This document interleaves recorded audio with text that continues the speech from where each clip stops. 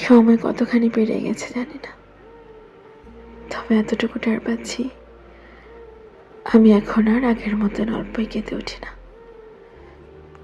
কান্না ভুলে গেছি, চোখের জল শুকিয়ে গেছে, আর কোনো উত্তর নেই আমার কাছে, কেবল এক দৃষ্টিতে তাকিয়ে থাকা ছাড়া।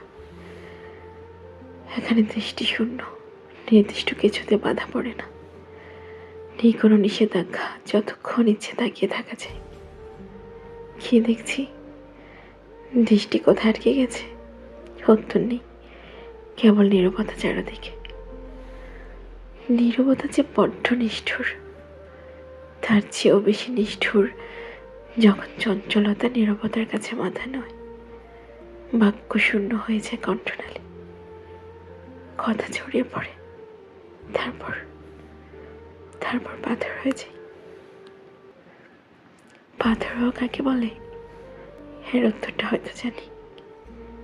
ওই যে যারা কেবলই বেঁচে থাকে, যেখানে মন থাকে না, চোখে জল থাকে না, রোদের মতন চিকচিকে হাসি থাকে না, প্রজাপতির মতন আনন্দ থাকে না।